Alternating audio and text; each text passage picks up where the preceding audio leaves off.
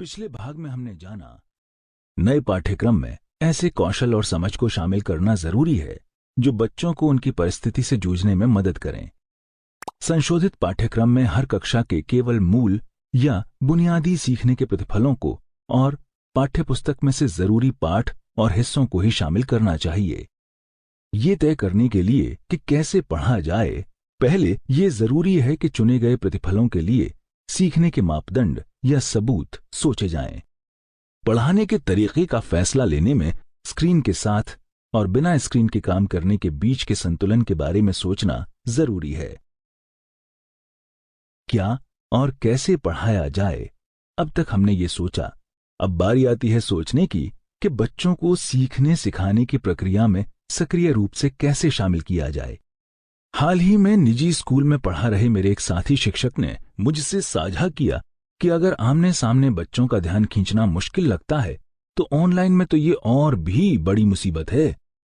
ये तो साफ है कि टेक्नोलॉजी का इस्तेमाल अपने आप में बच्चों को सक्रिय रूप से बांधकर या सीखने सिखाने की प्रक्रिया से जोड़कर नहीं रख सकता है। पढ़ाने का ढंग, चुनी गई गतिविधियां और रणनीतियां टेक्नोलॉजी से कहीं ज्यादा मायने रखते हैं। इसलिए ब्लेंडेड तरीके से पढ़ाने में जहां बच्चों से कुछ समय आमने सामने और कुछ समय घर से ही सीखने की उम्मीद है, वहां कैसे पढ़ाया जाए या पढ़ाने के किस तरह के अनुभव हों, ये सोचना काफी अहम है। आमने सामने कक्षा में इस्तेमाल होने वाले तरीके जरूरी नहीं है कि टेक्नोलॉजी के साथ पढ़ाने में वैसे के वैसे ही इस्तेमाल हो सकें, उनमें बदलाव की जरूरत होगी। चलिए इस भाग में बात करते हैं कि ब्लेंडेड तरीके में कैसे पढ़ाया जा सकता है। जैसा कि हमने भाग 1 में बात की थी कि ब्लेंडेड तरीके में 3 तरीकों से पढ़ाना हो सकता है। आमने सामने शिक्षण, कक्षा में कैसे बच्चों को सक्रिय रूप से शामिल किया जाए, इसके लिए आप द टीचर ऐप पर दिए शिक्षा शास्त्र, गणित, भाषा और विज्ञान के तहत कोर्स देख सकते हैं। एसिंक्रोनस सीखना सिखाना, द टीचर ऐप पर घर सीखने का एक संसाधन के तहत दिए 1ली से 8वीं तक के प्रोजेक्ट इस तरह के शिक्षण का उदाहरण है जिसमें बच्चे अपने समय में और अपनी गति से बिना ज्यादा टेक्नोलॉजी की जरूरत के सीख सकते हैं। गहराई से इस शिक्षण के उदाहरण को देखने के लिए आप इन सभी प्रोजेक्ट्स को जरूर देखें। सिंक्रोनस सीखना सिखाना, इस भाग में हम ज्यादातर इस ही शिक्षण पर बात करेंगे कि बच्चों के लिए कैसे अनुभव सोचे जा सकते हैं ताकि वह ऑनलाइन शिक्षण में रुचि लें व अर्थपूर्ण तरीके से सीख सकें। चूंकि टेक्नोलॉजी के साथ सीखने सिखाने में टेक्नोलॉजी यानी कंप्यूटर या मोबाइल, इंटरनेट, अलग अलग ऐप और वेबसाइट आदि का इस्तेमाल शामिल है, इसलिए सबसे पहले जरूरी है डिजिटल साक्षरता पर काम करना। आजकल के बच्चों को इंटरनेट वाली पीढ़ी कहा जा सकता है। बड़े बच्चे एक बार को फेसबुक, व्हाट्सएप, इंस्टाग्राम, ट्विटर जैसी ऐप का इस्तेमाल सामाजिक रूप से लोगों से जुड़ने के लिए जरूर करते हैं, लेकिन टेक्नोलॉजी की मदद से सीखना भी बच्चों को आता हो जरूरी नहीं है, और ये भी सभी तबकों के बच्चों का सच नहीं है। छोटे बच्चों के लिए तो ये भी कहना मुश्किल है। ऐसे में जरूरत है बच्चों और घर के बड़ों को हमारे चुने गए टेक्नोलॉजी के प्लेटफॉर्म से परिचित कराने की। आखिर अगर इस टेक्नोलॉजी को इस्तेमाल करने में ही बच्चे या घर के लोग फंस गए तो बच्चों की भागीदारी तो भूल ही जाओ। यहां उद्देश्य माता पिता और बच्चों को टेक्नोलॉजी के साधन और सुविधाएं इस्तेमाल करने में माहिर करना नहीं है, बल्कि हमारे चुने हुए टेक्नोलॉजी के साधनों का सही इस्तेमाल और उसके इस्तेमाल में आने वाली मुश्किलों के लिए तैयार करना है। आपके अनुसार बच्चों या माता पिता को इस तरह से टेक्नोलॉजी के इस्तेमाल के लिए कैसे तैयार किया जा सकता है? सही विकल्प चुनकर सबमिट बटन दबाएं। जरूरत के हिसाब से थोड़े समय के अंतराल पर छोटी छोटी वर्कशॉप का आयोजन करना, पहले खुद देखने समझने देना और फिर उनके सवालों का जवाब देते हुए उनसे मिलकर या फोन पर बातचीत करना। कदम दर कदम पूरी प्रक्रिया को बांटकर साथ में करके देखना और उन्हें प्रिंट में साझा करना। एक वर्कशॉप लेने के बाद अपने प्रश्न और शंका पूछते रहने का मौका देना। शुरू में ही एक वेबिनार या आमने सामने वर्कशॉप करके उन्हें परिचित कराना।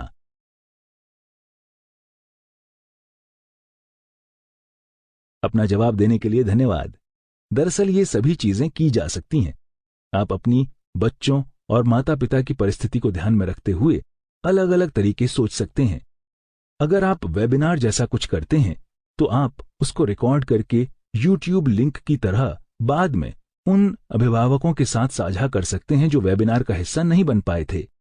यही चीज आप बच्चों को सिंक्रोनस तरीके से पढ़ाते हुए भी कर सकते हैं, ताकि बच्चे बाद में कक्षा में हुए काम को फिर से दोहरा सकें या शामिल न होने पर अपनी सहूलियत के हिसाब से देख सकें। चलिए अब आते हैं सीखने सिखाने की गतिविधियों पर। जैसा कि पिछले भाग में हमने बात की थी कि हम बच्चों से साल के अंत में या किसी विषय को पढ़ाने के बाद क्या उम्मीद रखते हैं कि वह कर पाएंगे, उस पर निर्भर करेगा कि आप क्या गतिविधियां चुन सकते हैं। ऑनलाइन पढ़ाना कारगर होता है या नहीं, ये उन्हीं कारकों पर निर्भर करता है जो कि आमने सामने की कक्षा के लिए सही होता है। आपके अनुसार एक कारगर सीखने सिखाने की गतिविधि कैसी होनी चाहिए? सही विकल्प चुनें और सबमिट बटन दबाएं, जिसे बिना चुनौती के आसानी से किया जा सके, जिसमें बच्चे सक्रिय रूप से भाग ले सकें, जो बच्चों को आगे बढ़ने के लिए प्रोत्साहित कर सके, जो बच्चों के लिए अर्थपूर्ण और उपयुक्त चुनौतीपूर्ण हो, जिसमें बच्चे खोजना, चिंतन करना, प्रश्न पूछना जैसे कौशल विकसित कर सकें, जिसमें बच्चों को विचार करने और अपने तरीके सोचने की छूट मिल सके।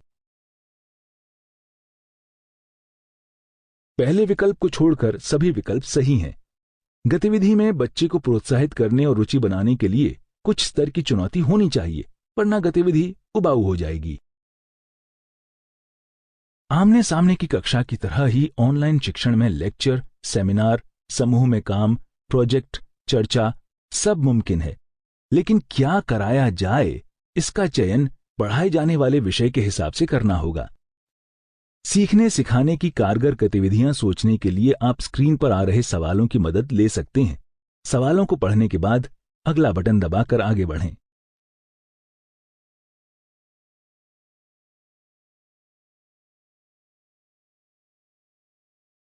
चलिए ऑनलाइन कक्षा में बच्चों को सक्रिय रूप से शामिल करने के लिए क्या गतिविधियां कराई जा सकती हैं, उसके कुछ उदाहरण देखते हैं। आपकी स्क्रीन पर 4 बटन दिखाए जा रहे हैं। एक एक करके उन पर क्लिक कर आप गतिविधि के बारे में जान सकते हैं। सभी गतिविधियों के बारे में जानने के बाद अगला बटन दबाकर आगे बढ़ें।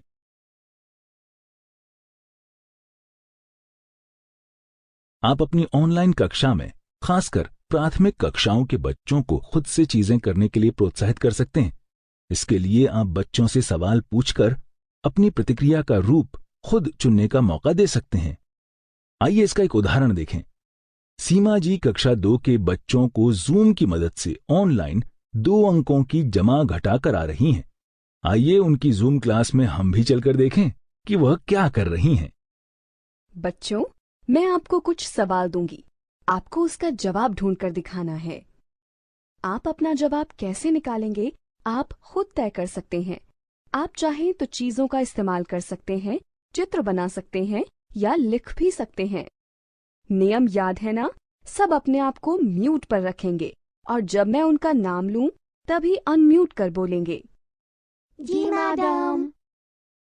पहला सवाल है 12 जमा 8 कितना होगा?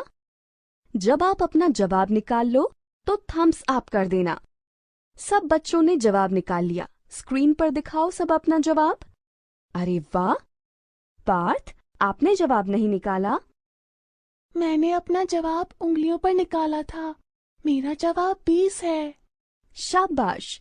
आप बताना चाहोगे आपने जवाब कैसे निकाला? 12 में 10 और 2 होते हैं। 2 और 8 मिलकर 10 बनते हैं, तो 10 और 10 हो गए 20। शाबाश पार्थ! रूपाली, आप बताना चाहोगे आपने अपना जवाब कैसे निकाला? इसी तरह सीमा मैडम ने बच्चों को अपने तरीके से 2-3 सवाल और हल करने को दिए और उनके बारे में बताने को भी कहा। इसके बाद सीमा मैडम ने बच्चों को सवाल दिया और उन्हें कहा कि वह सही जवाब बच्चों को दिखाएंगी और बच्चे खुद चेक करेंगे कि उन्होंने सही जवाब निकाला या नहीं। देखा आपने कैसे सीमा जी ने सब बच्चों को अपना जवाब अपने तरीके से निकालने की छूट दी। साथ के साथ उन्होंने बच्चों को अपने जवाब के बारे में बात करने का मौका भी दिया।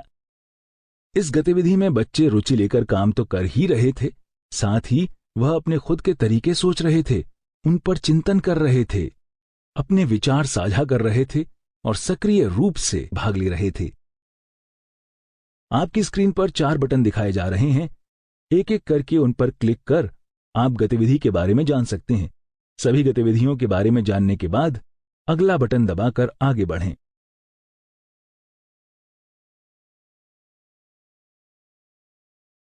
मिले जुले या ब्लेंडेड रूप से पढ़ाने में सक्रिय तौर पर सीखने के लिए फ्लिप क्लासरूम एक अच्छा तरीका हो सकता है।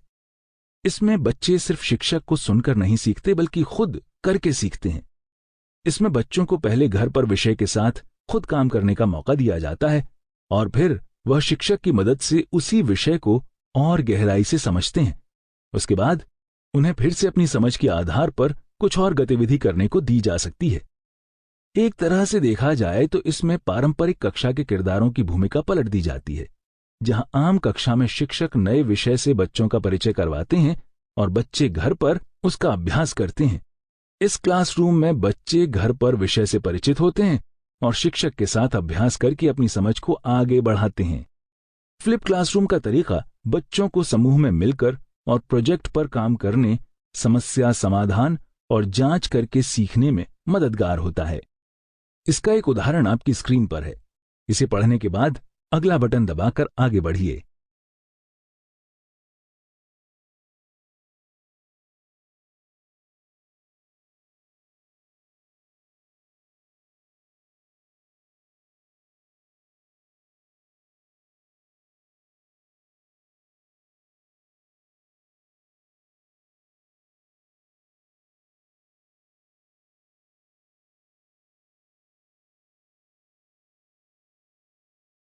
आपकी स्क्रीन पर 4 बटन दिखाए जा रहे हैं।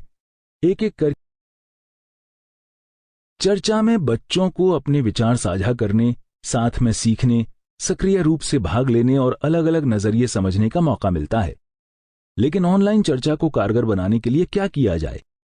ऑनलाइन कक्षा के संदर्भ में चर्चा अलग अलग तरह की हो सकती है, जैसे सवाल जवाब। शिक्षक के या एक दूसरे के सवालों से बच्चों को अपने मुद्दों या समस्याओं पर सोचने में मदद मिल सकती है। समस्या समाधान, विश्लेषण या विचार साझा करना। इसमें शिक्षक और बच्चे मिलकर नए विचारों के बारे में ब्रेनस्टॉर्म करते हैं। छोटे छोटे प्रोजेक्ट पर मिलकर काम और किसी समस्या पर विचार कर उसका समाधान सोच सकते हैं। सामाजिक। इसमें बच्चे एक दूसरे को जानने के लिए बातचीत कर सकते हैं। इससे उनमें आपसी विश्वास बढ़ेगा और वे एक दूसरे के साथ मिलकर समूहों में काम कर सकेंगे। चर्चा के लिए जरूरी है पहले से पूरी तैयारी होना। तैयारी से हमारा मतलब है चर्चा का ढांचा, जैसे पहले से बताना कि चर्चा किस मुद्दे पर होगी, अपना जवाब रखने का तरीका क्या रहेगा। जैसे ये बोल देना काफी नहीं है कि मैं सहमत नहीं हूं, बल्कि बोलें कि मैं सहमत नहीं हूं क्योंकि। स्पष्ट उम्मीदें। बोलने के लिए कितना समय ले सकते हैं, कब तक जवाब देना होगा, नई बात ही रखनी है, दूसरों की बात का जवाब देने के लिए कैसे बोल सकते हैं, और इस जैसी और भी बातों को पहले ही बच्चों के साथ तय कर सकते हैं। सवाल ऐसे हों जो बच्चों को सोचने और अपने विचार बांटने का बढ़ावा दें। पहले से एक तय जवाब या 1-2 शब्दों के जवाब वाले सवाल चर्चा को बढ़ावा नहीं दे पाते हैं। आपकी स्क्रीन पर एक तालिका दी जा रही है। एक एक करके स्क्रीन पर एक सवाल आएगा। आपके अनुसार जो सवाल चर्चा को बढ़ावा देने में मददगार होंगे उन्हें तालिका में असरदार सवाल के नीचे, और जो सवाल खास फायदेमंद नहीं होंगे उन्हें बेअसर सवाल के नीचे ड्रैग करके डालें। सभी सवालों को ड्रैग कर सबमिट बटन दबाएं।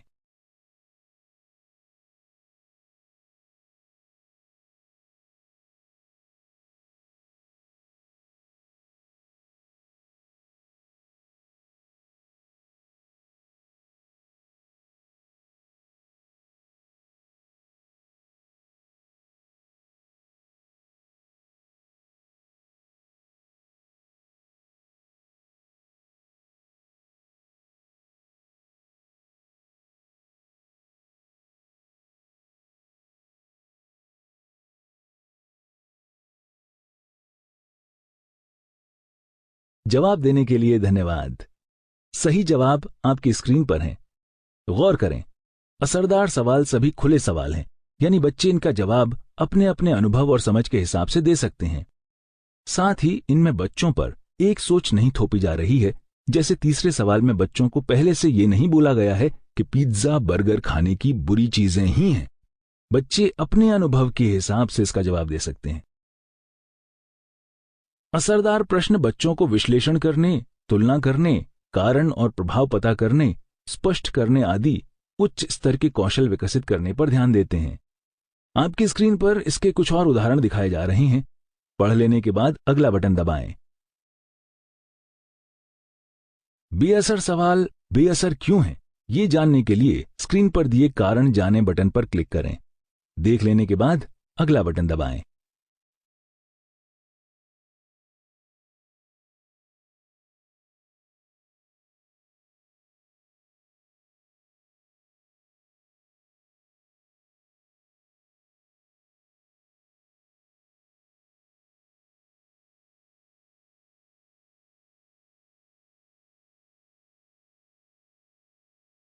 मेरे साथी शिक्षक जो निजी स्कूलों में पढ़ा रहे हैं और आजकल ऑनलाइन क्लास ले रहे हैं, उन्होंने मेरे साथ चर्चा को कराने की कुछ रणनीतियां साझा की।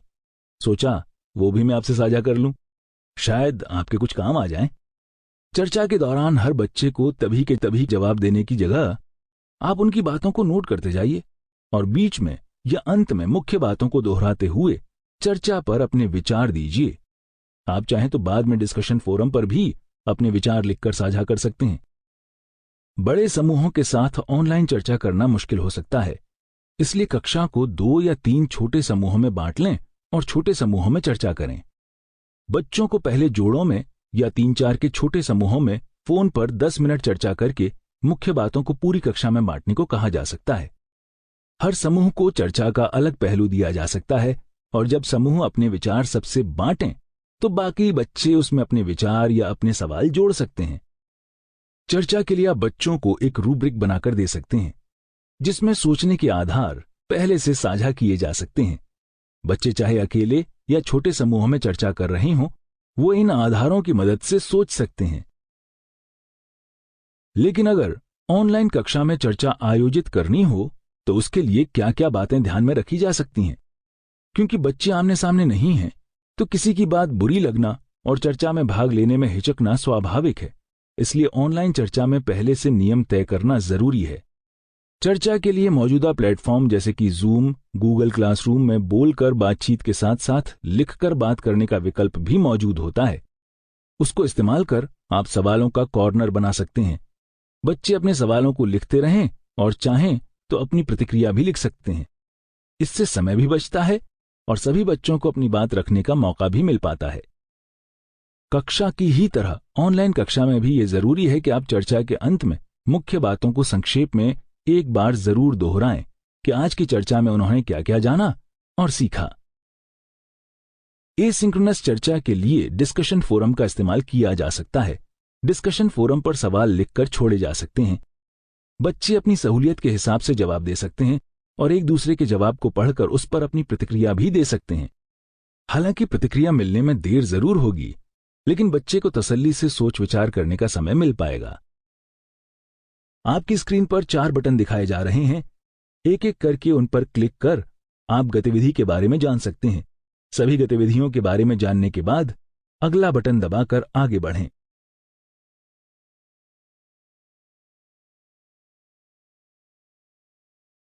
मिले जुले या आपकी स्क्रीन पर 4 बटन दिखाए जा रहे हैं। इस गतिविधि में बच्चों को अलग अलग विषयों के हिसाब से चीजें लाकर उनके बारे में बताने को कहा जाता है, जैसे कि उनका कोई मनपसंद खिलौना, उनकी मनपसंद खाने की चीज या फिर कुछ और। अगर बच्चा चीज नहीं ला सकता है तो वह उसका चित्र भी दिखाकर अपनी बात बता सकता है। यह गतिविधि किसी भी विषय में कराई जा सकती है, जैसे बच्चों को गणित में जमा घटा की कोई गतिविधि देकर अपने जवाब को दिखाकर और अपने तरीके के बारे में बात करने के लिए कह सकते हैं। छोटे बच्चों के साथ यह गतिविधि काफी कारगर रहती है। ऑनलाइन कक्षा में बारी बारी से बच्चों को दिखाओ और बताओ गतिविधि में हिस्सा लेने के लिए प्रोत्साहित किया जा सकता है। क्योंकि छोटे बच्चों के लिए ध्यान लगाना थोड़ा मुश्किल हो सकता है, इसलिए एक ही दिन में सभी बच्चों की बारी आए ऐसा जरूरी नहीं है। आप रोज 3 से 5 बच्चों को दिखाने और बताने का मौका दे सकते हैं। अलग अलग दिन के उद्देश्य के हिसाब से भी बच्चों को अलग अलग विषयों पर दिखाओ और बताओ गतिविधि के लिए तैयारी करने को कहा जा सकता है। आपकी स्क्रीन पर 4 बटन दिखाए जा रहे हैं। एक एक करके उन पर क्लिक कर आप गतिविधि के बारे में जान सकते हैं। सभी गतिविधियों के बारे में जानने के बाद अगला बटन दबाकर आगे बढ़ें।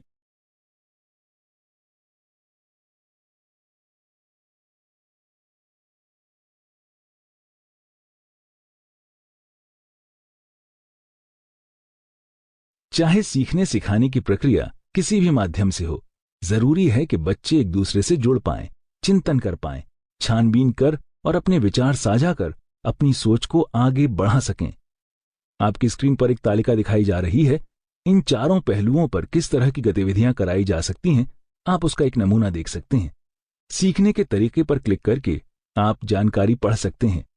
पढ़ने के बाद अगला बटन दबाइए।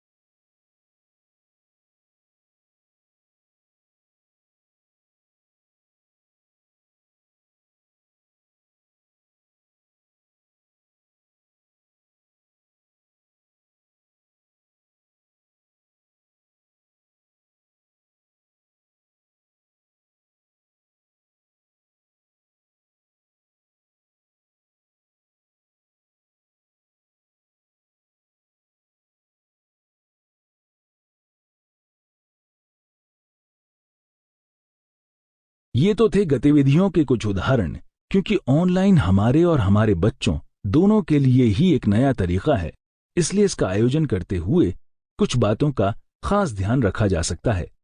कुछ बातें आपकी स्क्रीन पर दिखाई जा रही हैं, उनको पढ़ने के बाद अगला बटन दबाइए।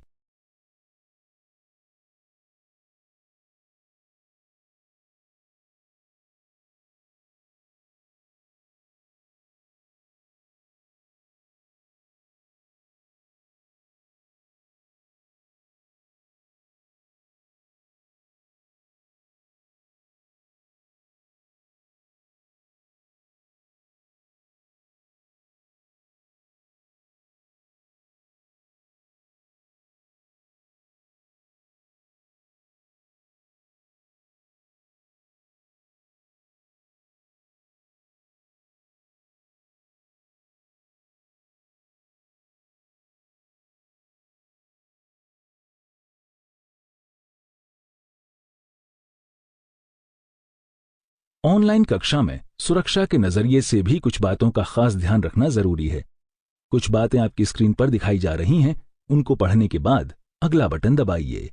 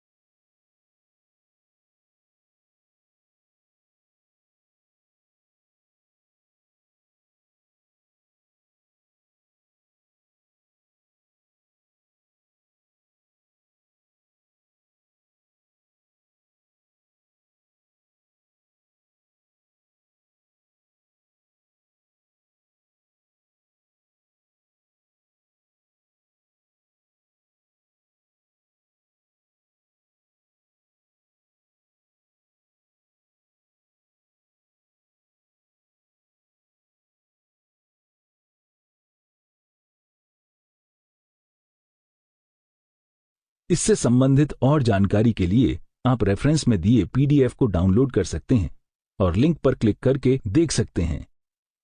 आप चाहें तो स्क्रीन पर दिए लिंक पर क्लिक करके इन्हें अभी भी देख सकते हैं।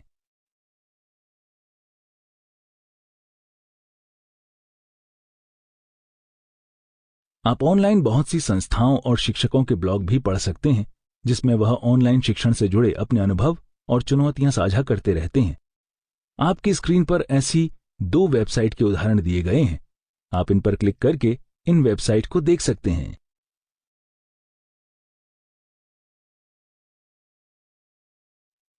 उम्मीद है आपको इस भाग में ऑनलाइन कक्षा के आयोजन के बारे में सोचने में मदद मिली होगी। अगले भाग की तरफ बढ़ने से पहले आइए इस भाग में हुई बातों को एक बार दोहरा लें। पढ़ाने का ढंग, चुनी गई गतिविधियां और रणनीतियां टेक्नोलॉजी से कहीं ज्यादा मायने रखते हैं। टेक्नोलॉजी के साथ सीखने सिखाने में सबसे पहले जरूरी है डिजिटल साक्षरता।